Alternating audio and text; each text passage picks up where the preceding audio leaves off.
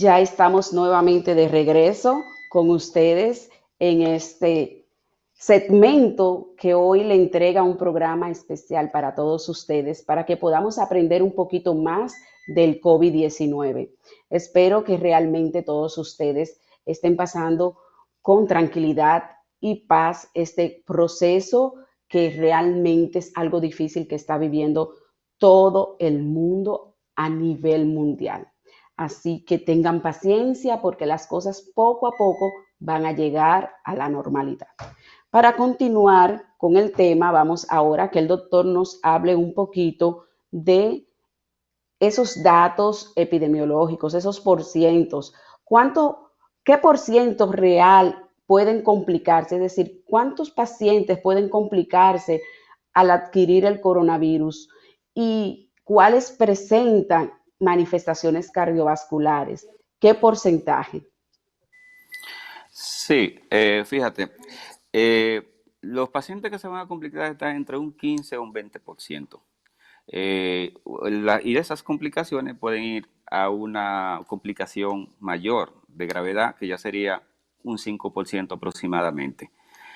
De ese 5%, casi el 40% tienen complicaciones cardiovasculares. O sea que estamos hablando de un porcentaje bien elevado de los pacientes que están complicados con COVID-19 que van a morir de una causa cardíaca. Este, no habíamos hablado de algunas medicaciones que también pueden llevar a que se produzcan algunos tipos de trastornos a nivel cardíaco. Los medicamentos. Según se ha ido investigando y se han hecho realizando estudios, y yo estuve revisando ciertas eh, fuentes de información, se habla de que el medicamento, el tratamiento específico que, aunque no es la cura definitiva, pero se está aplicando en algunos países del mundo, que es la hidroxicloroquina, causa efectos a nivel cardiovascular y que muchas veces puede producir efectos secundarios en estos pacientes.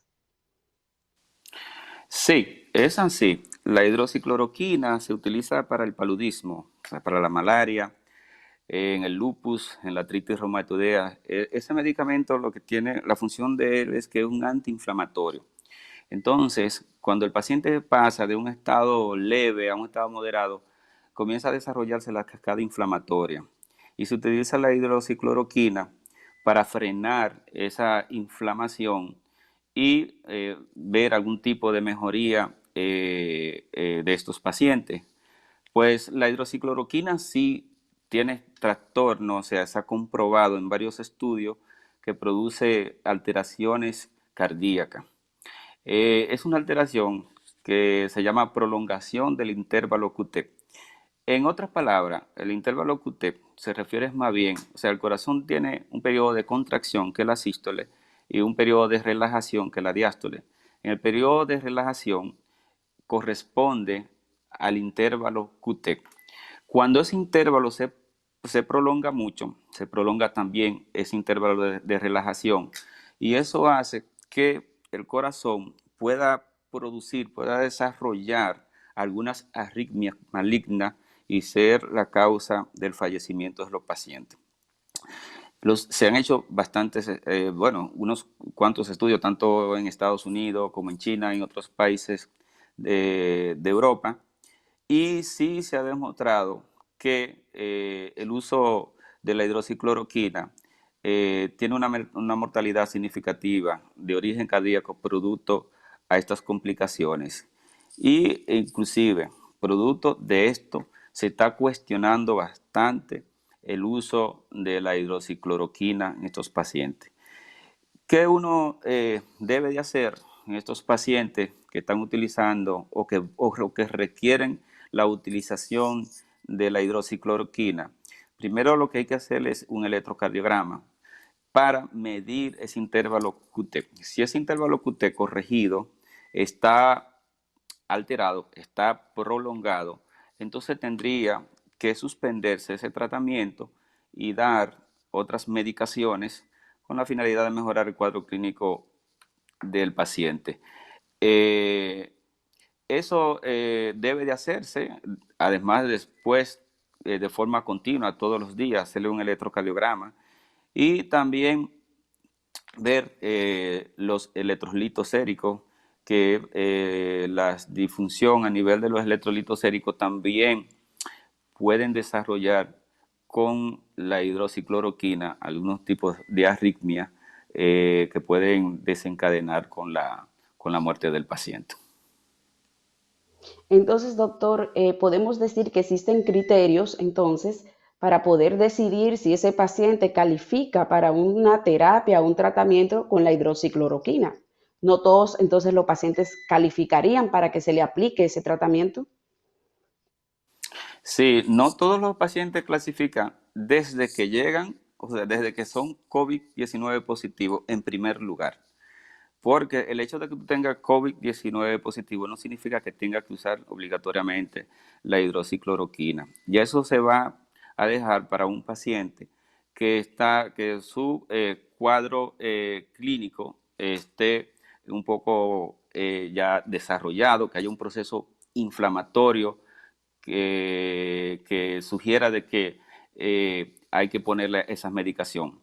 Y en segundo lugar, como acabo de decir, si ese paciente tiene esa alteración cardíaca, no debe de dársele. También hay algunos medicamentos que se utilizan para las arritmias cardíacas, como la amiodarona, que suele prolongar el intervalo QT, que cuando ese paciente está en tratamiento con amiodarona, debe de observarse más estrechamente a ese paciente, porque puede intensificar la hidroxicloroquina, el efecto de la amiodarona y entonces prolongar más rápido el intervalo QT y de ahí entonces producir las arritmias cardíacas.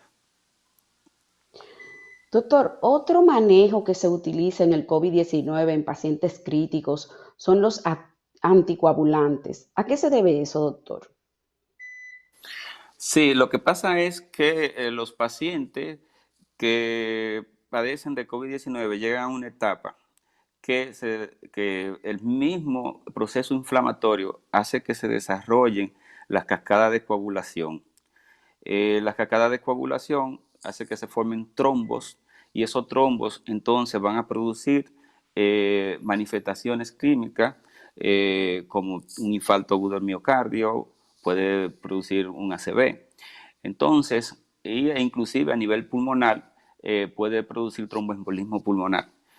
Y lo que se hace es con estos pacientes es comenzar a darle terapia antitrombótica, esas son las hesparinas que se utilizan, para poner la sangre lo más líquida posible y que no se formen esos trombos. Hay algunos parámetros que van a sugerir cuándo comenzar a usar la heparina, principalmente en pacientes. Hay algunas sustancias que uno la mida que son predictores, inclusive de mortalidad y de coagulación. Esta es una sustancia que se llama dímero D. Si está 3 veces por encima de su valor normal, está el fibrinógeno si está bajo, la ferritina si está elevada, la proteína C reactiva, la eritrosedimentación. Esos son elementos que uno lo toma en cuenta los pacientes que tienen estas alteraciones del COVID-19 y un proceso ya de trombosis diseminada.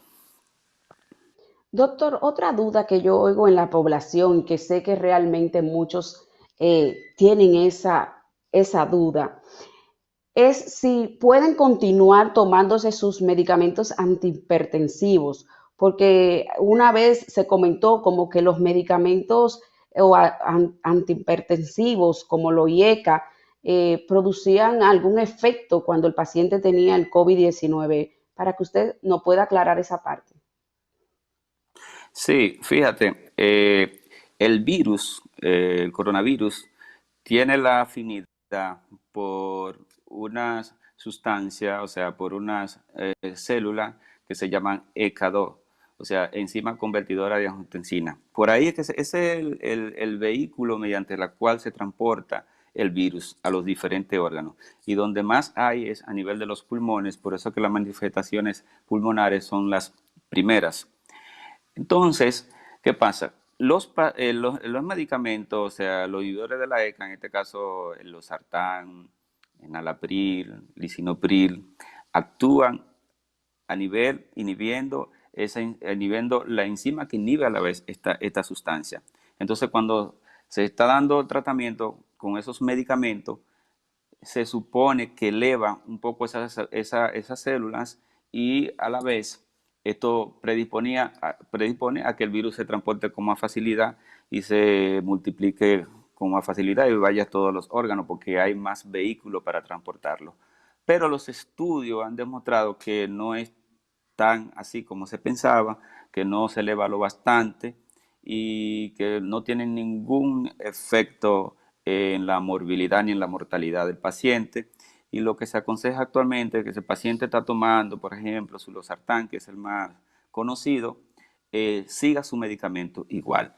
El hecho también, si no tiene el virus y está tomando su medicamento, eso no significa que va a aumentar la posibilidad de infectarse. Hasta ahora no hay ningún medicamento para prevenir el COVID-19. Entonces, esas son puntos que son muy importantes porque hay bastantes pacientes que están siendo tratados con esa sustancia y muchos de ellos se han acercado a mi consultorio, me han preguntado que si deben de abandonar esas medicaciones. Pues no, no está indicado el abandono, pueden seguir normal su tratamiento con esas medicaciones. Entonces, señores, ya ustedes oyeron la recomendación del doctor Miguel Reyes de que continúen con su tratamiento para sus niveles de tensión arterial.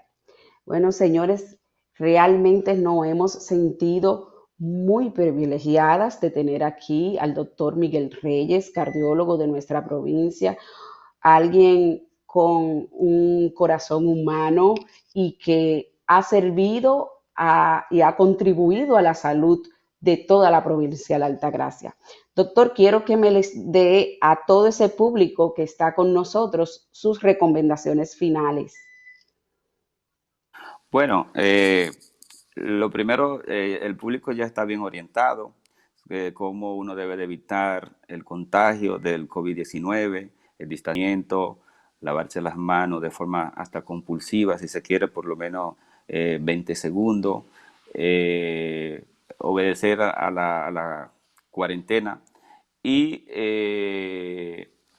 otra cosa es si el paciente tiene dolor de pecho o tiene cualquier manifestación cardiovascular, debe de asistir o debe de comunicarse con su cardiólogo, porque los eventos cardiovasculares van a seguir sucediendo independientemente del COVID-19 y la mortalidad de un infarto es más de un 50% antes de llegar a un centro hospitalario, o sea que es mucho más que el COVID-19. O sea que un paciente que tenga cualquier manifestaciones cardiovascular y que tenga factores predisponentes para esto, diabetes, hipertensión, colesterol elevado, obesos, fumadores, o que ya tienen antecedentes de que han tenido una eventualidad cardiovascular y tienen manifestaciones, pues deben de asistir lo más rápido posible o comunicarse con su cardiólogo de cabecera, porque en el caso de presentarse un infarto, la mortalidad está, vuelvo y lo repito, por encima de un 50% y el COVID-19,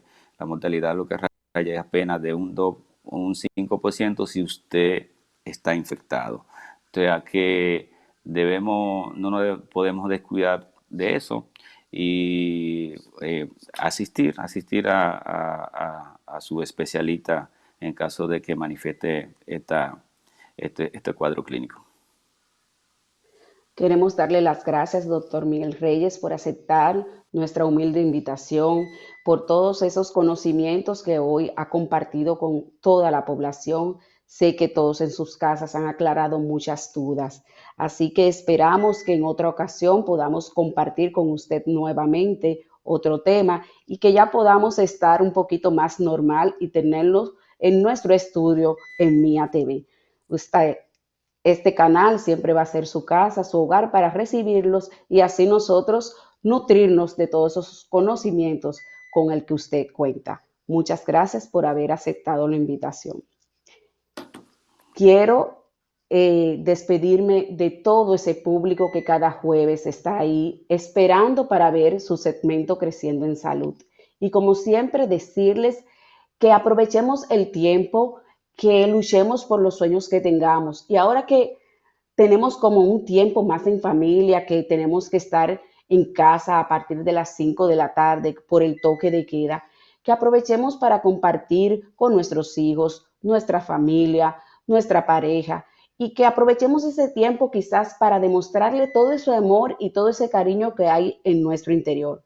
Porque realmente en estos tiempos donde tú te das cuenta de quién te quiere y quién te valora, quién está a tu lado. Porque no es difícil manifestar ese amor. Y sí es difícil encontrar quien se quede contigo en estos momentos de cuarentena. Así que aprovecha quién está a tu lado, quién te quiere y quién te ama. Y demuéstrale que eso es sincero y de corazón. Así que espero que todos estén bien, que sigamos cumpliendo con el distanciamiento social y todas las medidas preventivas para que podamos evitar que este virus se siga propagando. Pasen buenas noches, los quiero mucho y bendiciones. Hasta otra entrega de su segmento Creciendo en Salud por su programa de siempre, así de simple. Buenas noches. Bye bye.